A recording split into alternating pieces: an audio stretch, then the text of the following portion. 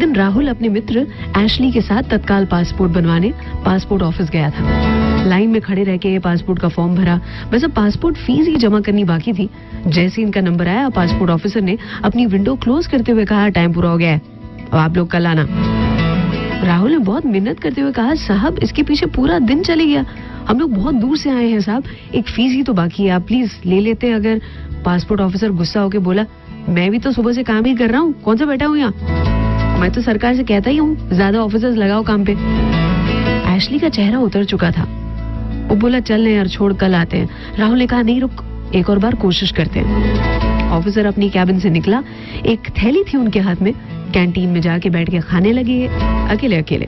राहुल सामने बैठ गया, बोला, आपके पास बहुत काम है साहब, इतने बड़े बड़े लोग आते होंगे ना, रोज मिलते होंगे आपसे। ऑफिसर बोला, हाँ, बड़े से बड़े लोग मेरी कुर्सी के आगे वेट करते हैं, चाहे विधायक हो या कोई नेता। राहुल ने पूछा, आपकी प्लेट में से एक रोटी ले लूं? ऑफिसर ने कहा, ले लो।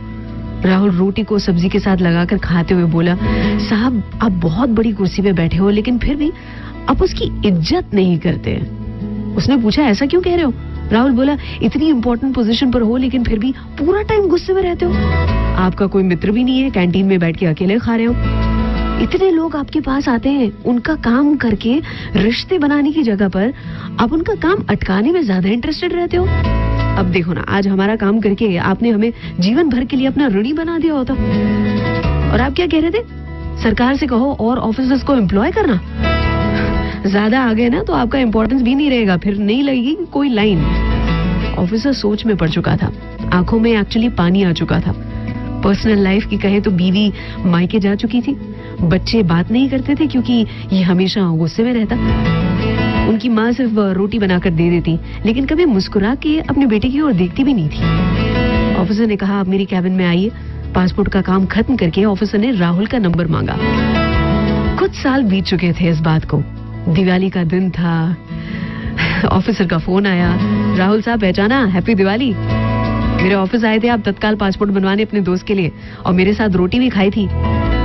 आपकी ही तरह एक प्लेट में से रोटी खाते हुए मैंने मेरी पत्नी को मनाने की कोशिश की, रोने लगी थी वो, फिर मायके से वापस आ गई, बच्चे भी अब मेरे साथ बात करते हैं, और कुछ ही दिनों में सबसे बड़ी बेटी जो है उसकी एंगेजमेंट है। आपको सह परिवार आना है जरूर से। और हाँ, आपने कहा था बिल्कुल वैसे ही, अपनी उसी कुर्सी पर बैठता हूँ, अब वैसे नहीं, रिश्ते संबंध कमाता हूँ।